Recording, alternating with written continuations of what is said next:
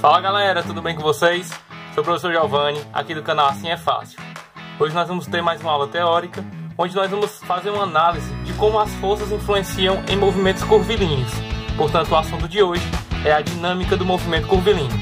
Para assinar a lista de frequência da aula de hoje, não esqueça de se inscrever no nosso canal, marcando o sininho das notificações, deixar o seu like e compartilhar nossos vídeos com todos os seus amigos. Acompanhe a aula de hoje.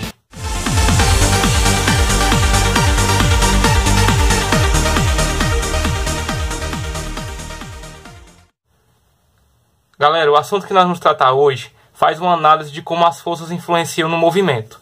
Portanto, é muito importante lembrar que a resultante das forças aplicada num corpo com massa gera uma aceleração e que essa aceleração provoca a variação da velocidade. Sabendo que a velocidade é uma grandeza vetorial, esta variação pode ocorrer em módulo ou em direção, nos permitindo fazer a análise dessa influência em duas direções diferentes. Primeiramente, vamos tratar das forças que nós vamos estudar hoje como componentes da força resultante. Portanto, primeiro imagine um corpo descrevendo uma trajetória circular em que a resultante de todas as forças que atuam sobre esse corpo, a força peso, a normal, a tração, todas as forças que possam estar atuando, têm direção e sentidos indicados por este vetor. Então, digamos que essa seja a força resultante atuando sobre este corpo. Veja que como na nossa trajetória circular, nós podemos descrever, nós podemos representar duas direções, uma direção tangente ao movimento e uma direção radial ao movimento, esta força resultante não se encontra em nenhum desses eixos, nos possibilitando, portanto, a decomposição deste vetor. Decompondo a força resultante, nós vamos projetá-la no eixo tangente, encontrando uma componente que nós vamos chamá-la de componente tangencial da força resultante. Também podemos projetá-la no eixo radial, onde, nessa projeção, nós vamos encontrar uma componente que receberá o nome de componente centrípeta da força resultante. Veja que o nome dado às componentes faz referência justamente ao comportamento direcional destas componentes. A componente tangencial é aquela que sempre está tangente ao movimento e a componente centrípeta aquela que sempre é radial ao movimento.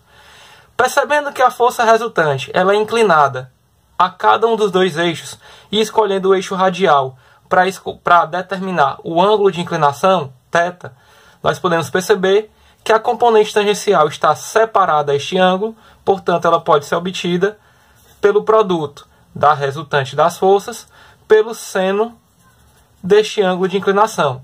Claro que isso se refere ao módulo da componente tangencial, sendo igual ao módulo da força resultante multiplicado pelo seno de θ. Também podemos calcular a componente centrípeta por esta decomposição, percebendo que ela é uma componente colada ao ângulo. Nós temos que o módulo da componente centrípeta é obtido pelo módulo da resultante de todas as forças multiplicado pelo cosseno de θ.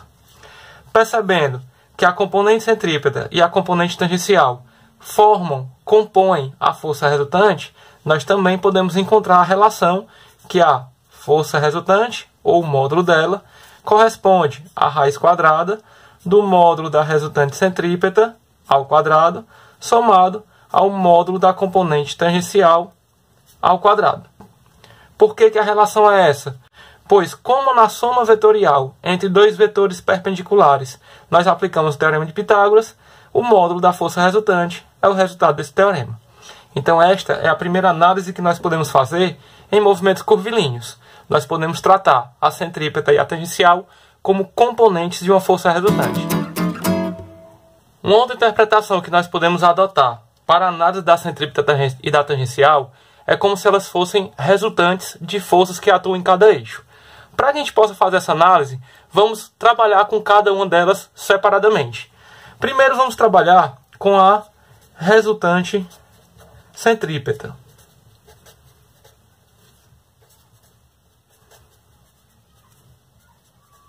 Veja como se trata de um vetor, nós podemos analisá-la de acordo com as suas características vetoriais. Mas antes disso, vamos definir o que seria essa resultante centrípeta. É a resultante que provoca a variação da direção da velocidade. Portanto, se ela é a que provoca a variação da direção da velocidade, nós podemos concluir que a resultante centrípeta, de acordo com a segunda lei de Newton, nada mais é do que a massa do corpo multiplicado pela aceleração centrípeta. Assim, nós podemos fazer a análise em termos do módulo desta resultante, da sua direção e de seu sentido. Em termos de módulo, nós podemos verificar que a resultante centrípeta terá como módulo a massa, já que ela é uma grandeza escalar, portanto, o valor da massa do corpo, multiplicado pelo módulo da aceleração centrípeta. A aceleração centrípeta é a velocidade ao quadrado sobre r, ou a velocidade angular ao quadrado vezes r. Desta forma, nós podemos então calcular por mv ao quadrado sobre r a resultante centrípeta, ou m ômega ao quadrado vezes r, se a gente possuir a velocidade angular. Então são essas as duas expressões que nos permitem calcular o módulo da resultante centrípeta. A direção ela é sempre radial ao movimento, e o sentido é sempre apontando para o centro da curva.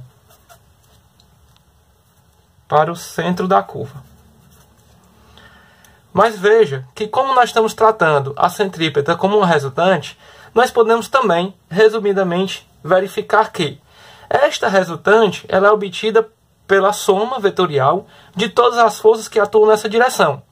Como essas forças elas podem apontar para o centro ou para fora, nós podemos resumir dizendo que esta resultante centrípeta é o somatório de todas as forças que apontam para dentro da curva, menos o somatório de todas as forças que apontam para fora da curva, e isso vai ser igual a massa vezes a velocidade ao quadrado sobre o raio, ou a massa vezes a velocidade angular ao quadrado vezes o raio.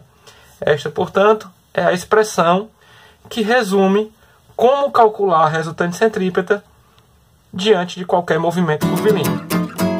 Galera, vamos agora fazer a análise da resultante tangencial, começando pela definição desta resultante. É a resultante que provoca a variação do módulo da velocidade. Isso quer dizer que ela é a força resultante que gera a aceleração escalar, ou seja, a aceleração que faz com que a velocidade aumente ou reduza o seu valor.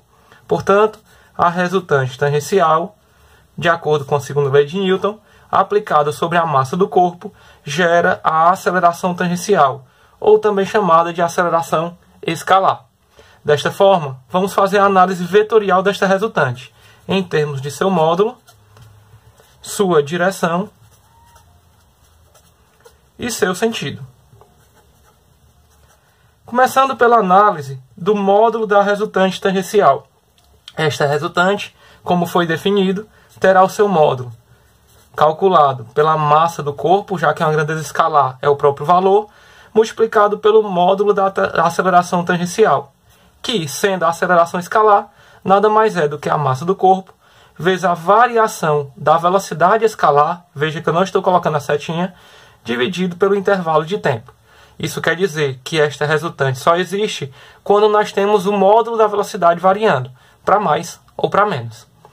A direção dessa resultante, como o próprio nome diz, é tangente ao movimento, e o sentido podem ser dois. Vamos então representá-los. Caso o corpo esteja se movendo no sentido horário, esta é a sua velocidade, e a resultante tangencial tem o mesmo sentido, nós vamos classificar esse movimento como acelerado. Já se o corpo estiver se movendo no sentido horário e a resultante tangencial tiver sentido contrário ao movimento, nós vamos classificar esse movimento como retardado. Portanto, a direção é sempre tangente, mas o sentido pode ser a favor ou contrário ao movimento. Depende do tipo de movimento que ele representa. Resumidamente, assim como nós fizemos com a resultante centrípeta, nós podemos concluir que, sempre que a gente quiser calcular a resultante, a soma vetorial de todas as forças, nós vamos pegar apenas forças que atuam nessa direção, tangente ao movimento. Desta forma, o somatório das forças que apontam a favor do movimento, menos o somatório das forças que apontam contra o movimento, vão gerar a resultante tangencial. Caso esse valor seja positivo, isso quer dizer que o movimento é acelerado. Caso esse valor seja negativo, ou seja, as forças contrárias sejam maiores do que as forças a favor, nós vamos ter um movimento retardado. Então, o sinal deste resultado já indica o tipo de movimento. E isso vai ser igual à massa que multiplica a aceleração tangencial, ou a aceleração escalar, ΔV sobre ΔT. E assim, resumidamente, nós podemos definir a resultante tangencial. Galera, aqui está um quadro que resume os 4 movimentos que basicamente nós estudamos na cinemática do ensino médio. O movimento retilíneo uniforme, o movimento retilíneo uniformemente variado, o movimento circular ou curvilíneo uniforme e o movimento curvilíneo uniformemente variado. Nós vamos fazer nessa tabela uma análise em cada um desses 4 movimentos, quais dessas resultantes atuam e como calcular cada uma delas em cada um dos tipos de movimento. Isso vai lhe ajudar muito na hora de resolver uma questão envolvendo qualquer tipo de movimento. Vamos lá então.